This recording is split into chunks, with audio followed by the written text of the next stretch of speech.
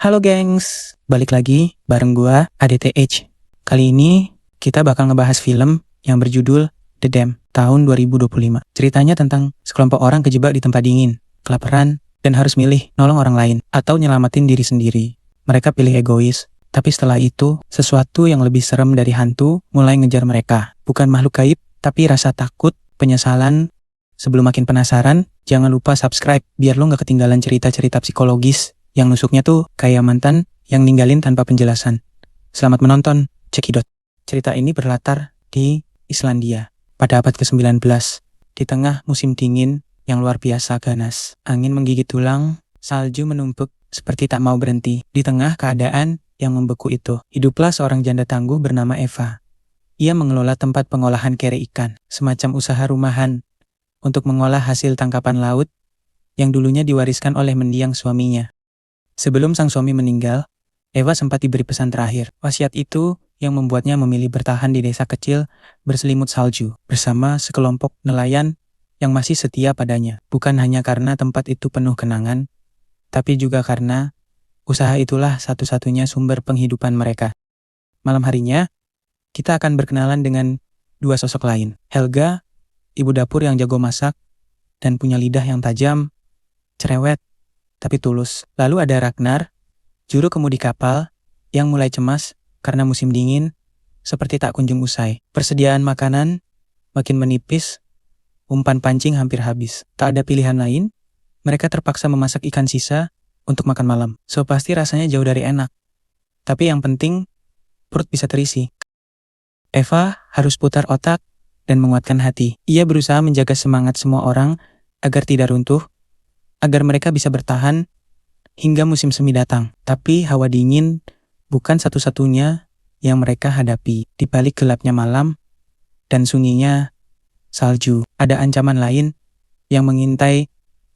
Helga waktu itu lagi cerita soal dongeng horor. Bukan sembarang cerita yang denger langsung dadak pada mingkem, wajah pucat, merinding disko. Esok harinya, pas mereka mau berangkat mancing pakai umpan sisa semalam, tiba-tiba muncul pemandangan aneh. Di kejauhan, ada kapal nelayan asing, ngambang kejebak di antara karang yang pusaran airnya muter-muter. Nggak lama, kapal itu tenggelam. Blup, sempat ada niat bantuin. Tapi, gimana ya, tempat itu dulunya adalah lokasi suami mendiang Eva tenggelam. Jadi, semua orang langsung ke-trigger. Trauma masa lalu muncul lagi. Eva akhirnya batal mancing hari itu, sebagai bentuk penghormatan buat para korban. Hari ini kita ora mancing disik ya. Bentuk ngugah rasa hormat, katanya lirih, tapi tegas. Pas balik ke pondok, Eva kelihatan melamun. Mungkin mikir panjang soal keputusan tadi siang. Tapi paginya, waktu balik ke pantai buat ngecek keadaan, dia nemu tong kayu utuh, ketimbun pasir. Eva curiga, tong ini pasti berasal dari kapal nahas kemarin. Lalu, dibukalah tong itu. Wah, ternyata isinya bahan makanan melimpah. Cukup banget buat bertahan hidup beberapa waktu ke depan. Nah, karena itu, Eva kepikiran buat nyusurin pantai lagi. Siapa tahu, ada tong-tong lain yang nyangkut. Tapi Ragnar, yang dari tadi diem tapi merhatiin, nyeletuk, nggak efisien, pasang laut baru aja kelar. Mending malam ini sekalian ke lokasi kapal tenggelam.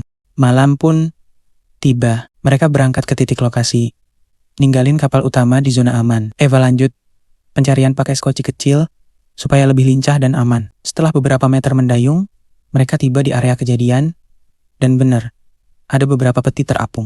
Sementara Ragnar sibuk mengutin barang, Eva iseng nyorongin pandangan ke sekitar. Siapa tahu ada yang kelewat. Dan tebak, ternyata masih ada beberapa kru kapal yang selamat, sembunyi di balik batu karang. Mereka teriak-teriak minta tolong, berharap bisa numpang balik. Tapi masalahnya, skoci kecil mereka kapasitasnya minim, gak bakal muat buat semua. Ragnar, yang kelihatan mulai panik, justru malah menjauh. Kru penyintas mulai berenang ngejar, dan di tengah kekacauan itu, sesuatu narik Ragnar ke dalam air. Biur, dia hilang, gak ada jejak. Belum selesai paniknya, seorang penyintas lain malah hampir narik Ava ke dalam air. Untung, ada Daniel yang sigap. Refleks, dia nyerang si penyintas buat nyelamatin Eva. Tapi tanpa sengaja, serangannya terlalu keras, dan si penyintas pun tewas di tempat. Akhirnya, mereka berhasil menjauh dan menepi dengan selamat. Tapi di balik itu semua, rasa bersalah dan penyesalan gede banget. Mereka sadar, keputusan malam itu, ya, salah. Dan sekarang, setelah Ragnar hilang, suasana kelompok jadi nggak harmonis. Saling nyalahin, saling tuding. Eva, yang berusaha tetap tenang, akhirnya mutusin buat tunjuk pengganti Ragnar sebagai juru kemudi. Dan pilihan jatuh ke Daniel. Walaupun perasaan masih campur aduk, keesokan harinya, mereka kembali dikejutkan. 6 mayat penyintas ditemukan terdampar di tepi pantai. Sunyi, hening, angin laut mendadak terasa lebih dingin dari biasanya. Di antara mereka, terlihat Aon, salah satu anggota sedang memungut sebuah kalung dari leher salah satu mayat. Belum sempat kalung itu benar-benar masuk ke kantongnya, Ava langsung bersuara, pelan tapi menusuk. Belekno, put it back. Eong terdiam. Tangan yang sempat menggenggam itu perlahan mengendur. Setelah itu, Eva dan yang lain mulai memeriksa kondisi jasad. Dari salah satu tubuh, mereka menemukan sesuatu yang ganjil. Ada ikan nyangkut di dalam perutnya. Dengan hati-hati dan sedikit meringis, mereka keluarkan ikan itu. Habis itu, ke-6 mayat dimasukkan ke dalam peti seadanya, dengan niat menguburkan mereka secara layak. Tapi dalam prosesnya, ada hal-hal penting yang terlewat. Mereka lupa menjalankan beberapa ritual yang semestinya dilakukan. Mengikat tangan si mayat, memutar peti mati 3 kali, dan menancapkan paku ke telapak kaki. Atau dalam bahasa Helga, dampal cokor. Helga pun mengingatkan dengan nada serius. Setiap ritual kuwi, ana gunane, dewe ditinggal siji we, iso dadi mamala. Setiap ritual itu ada tujuannya sendiri. Kalau ada yang dilanggar, bisa jadi bencana. Yang lain akhirnya kembali ke pondok. Tapi Eva tetap tinggal. Dia melangkah pelan menuju makam suaminya yang dulu tenggelam di laut itu. Di sana, berdoa dalam hati, menghela napas panjang. Selesai berdoa dan bermaksud pulang, Eva sontak terhenti. Ada suara kekeretrukan dari arah belakang lirih, tapi cukup jelas untuk membuat bulu kuduk berdiri. Ia menoleh. Suara itu terdengar seperti berasal dari dalam salah satu peti jenazah yang baru saja mereka kuburkan. Jaraknya dari lokasi pemakaman cukup jauh. Eva pun memilih lari terbirit-birit berlari pulang ke pondok secepat-cepatnya tanpa sempat berpikir panjang. Sebelum masuk pondok, Eva masih menyempatkan diri memeriksa rak penjemuran. Takut ada kere ikan yang belum diangkat, tapi semua tampak aman dan tertata rapi. Saat hendak berbalik masuk ke dalam, matanya terpaku. Di kejauhan, ada sosok hitam berdiri ngajentul diam, menatap tajam ke arahnya. Penasaran, Eva mulai melangkah mendekat untuk memastikan apa yang sebenarnya ia lihat. Tapi baru beberapa langkah, rasa panik menguasainya. Ia ngebecir, lari terpirit-pirit tanpa memperhatikan jalan. Kakinya terpleset, tubuhnya jatuh terjerembab ke hamparan salju. Bahkan seekor tikus yang lewat pun ikut rukuk saking kagetnya. Saat Eva menoleh, sosok misterius itu telah lenyap. Yang muncul justru Daniel, yang segera menolong dan membawanya masuk ke dalam pondok. Daniel berusaha menenangkan Eva. Kamu cuma kecapekan, Fa.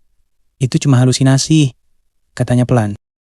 Ia menyarankan agar Eva beristirahat saja. Sementara urusan pelayaran, biar Daniel yang pimpin dulu. Semua ini demi kebaikan Eva, katanya. Bahkan, Daniel juga meninggalkan sebuah senjata di kamar Eva, lengkap dengan tutorial singkat, cara menggunakannya, sekadar untuk berjaga-jaga. Malam pun merambat dalam.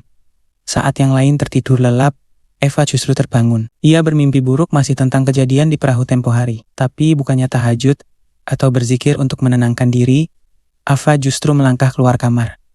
Ia mendengar suara Aon.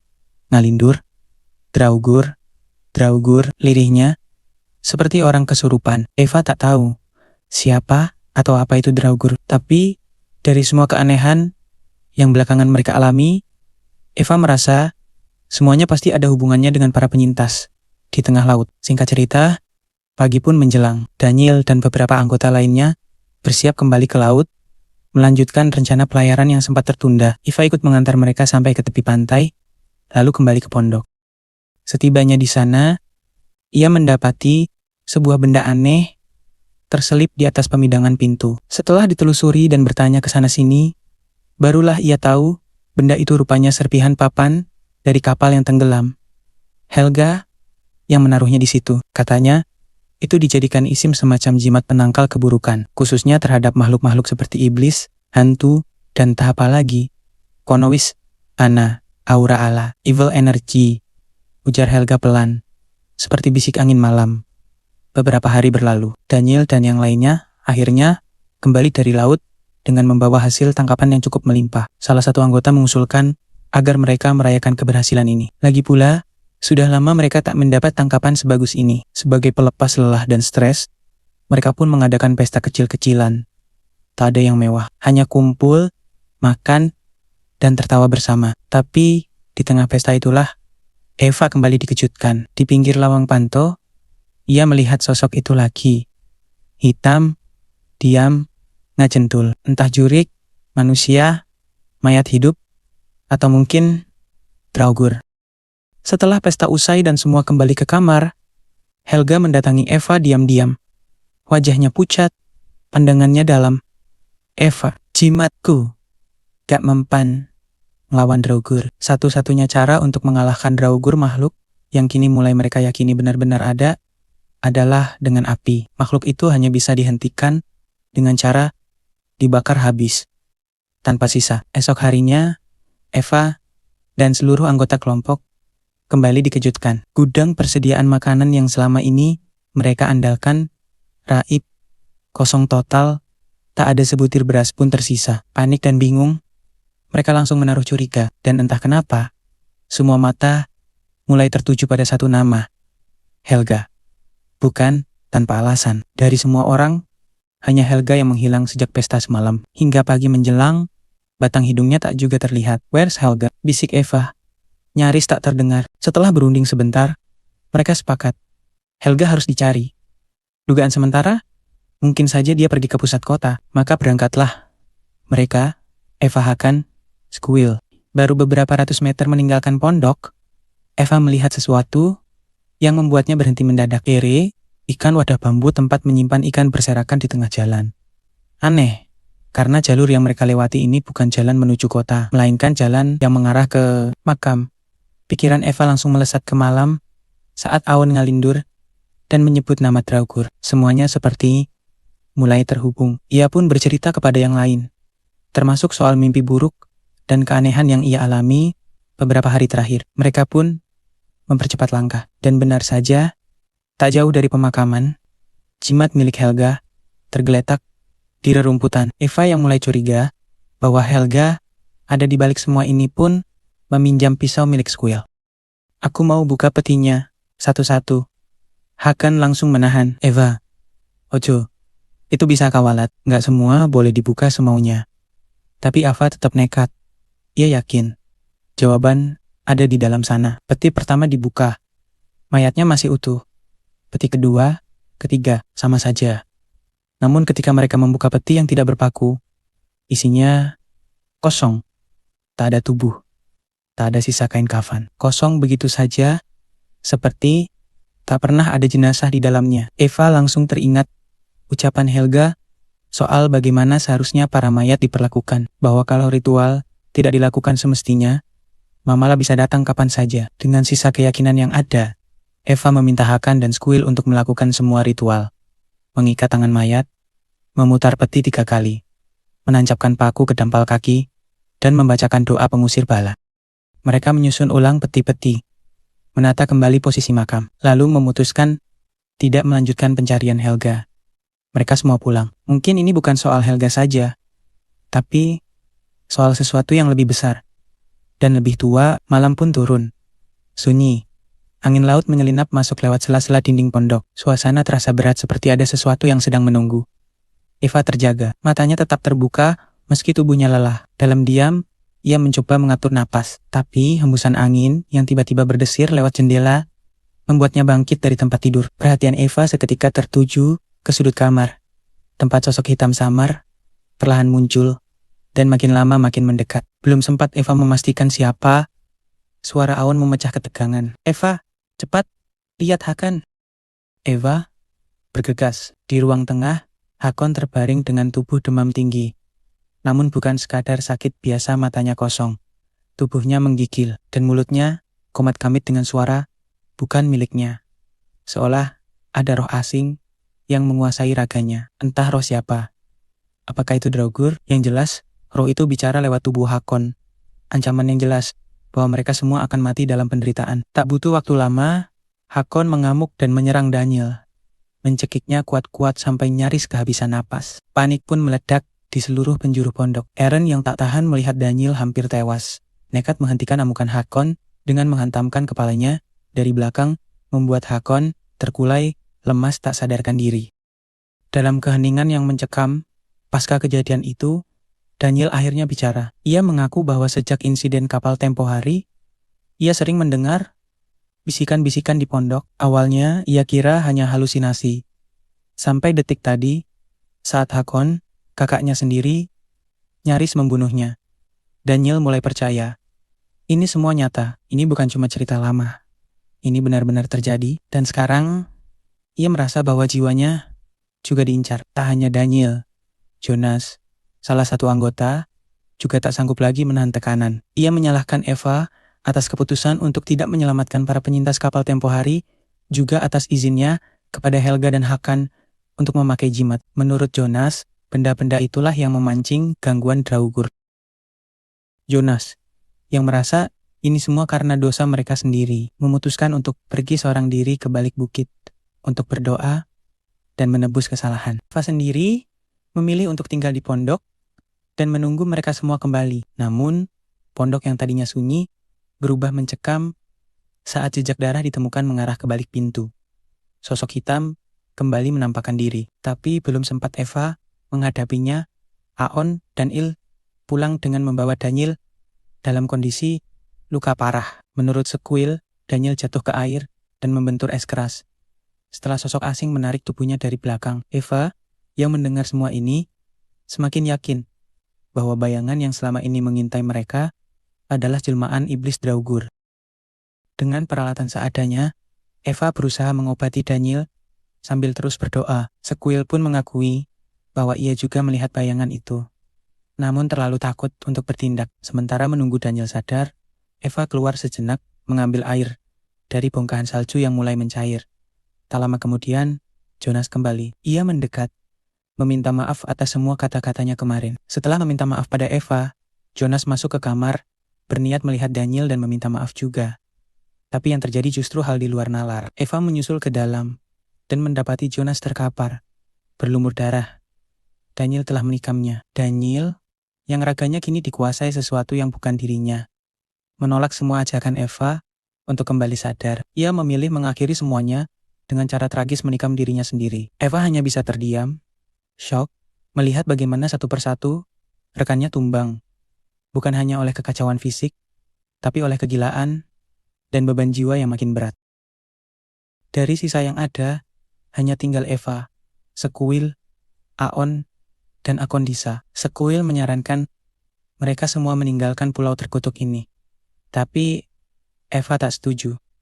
Kalau kita lari, belum tentu selamat. Kita nggak tahu, mungkin dia justru ikut sampai kemanapun. Di tengah keputusasaan itu, Eva teringat akan satu hal.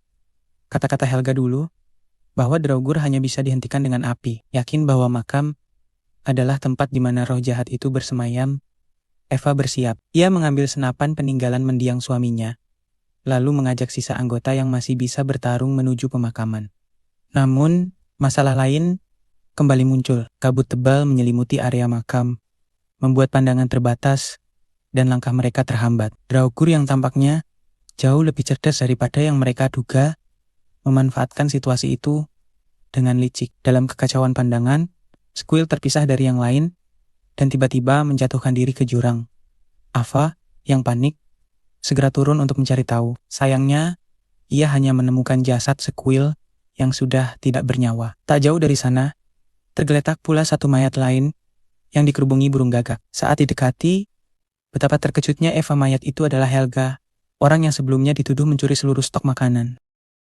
Duka kembali menyelimuti. Kini tinggal Eva, Aon, dan Jonas yang masih hidup. Mereka pun membawa pulang jenazah rekan-rekannya dan memakamkannya secara layak. Setelah semuanya selesai, mereka sepakat besok fajar mereka akan tinggalkan pulau ini. Sambil menunggu pagi datang, Eva kembali ke pondok untuk mengambil barang-barang penting.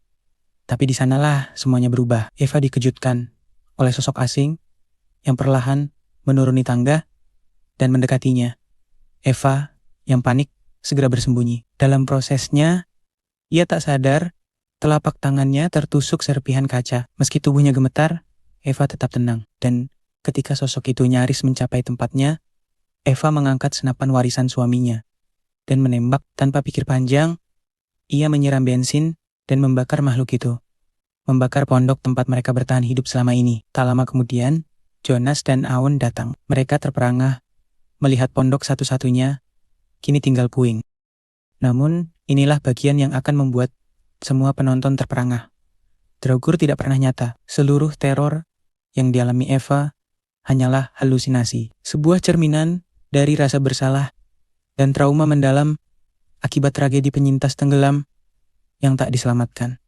Eva tahu ia bisa menyelamatkan mereka, tapi ia tak melakukannya, dan rasa penyesalan itu menggerogoti pikirannya. Membentuk sosok-sosok mistis dan cerita-cerita gelap dipupuk oleh dongeng Helga dan rasa kehilangan yang menumpuk. Menyadari kondisi mental Eva yang makin rapuh, Helga, Hakon, Daniel, dan Squill sebenarnya tidak mati. Mereka memilih meninggalkan pulau, tak sanggup melihat Eva terpuruk. Hanya Aion dan Jonas yang memilih tetap tinggal untuk menjaga Eva dan menyelesaikan wasiat mendiang suaminya. Menjalankan tambang kere ikan ini sampai akhir. Tapi kekacauan belum berhenti di situ. Sepulang dari pemakaman, Eva merasa terus diikuti. Sosok misterius itu selalu muncul di kejauhan, mengawasi dalam diam. Bukan roh, bukan hantu, tapi manusia. Ia adalah satu-satunya penyintas yang selamat dari tragedi kapal tenggelam. Ia mencuri makanan, bersembunyi di dalam peti mayat kosong, dan hidup dalam sunyi hanya demi bertahan. Namun, Eva yang pikirannya telah teracuni oleh rasa bersalah dan mitos Draugur melihatnya sebagai ancaman, sebagai jelmaan iblis. Tanpa memberi kesempatan untuk menjelaskan, Eva membakar penyintas itu hidup-hidup. Dan begitulah semuanya berakhir. Eva sendirian, tersisa hanya abu, luka, dan penyesalan yang tak terobati. Tamat plot twist yang membungkam. Tak ada kata-kata, lampu padam. Oke deh, segitu dulu cerita kita kali ini. Makasih banget udah dengerin sampai habis. Jangan lupa makan, istirahat cukup, dan jaga kesehatan hidup itu keras. Jangan ditambah sakit. Gue mau me time dulu sama cewek gue. Kalian yang masih jomblo, ya terserah. Mau ngopi sendiri juga nggak apa-apa kok. Sampai ketemu di konten selanjutnya. Tetap waras, tetap santuy, dan jangan lupa, horor itu serem. Tapi mantan yang tiba-tiba ngechat lebih serem. Salam dari gue, EDTH. Peace.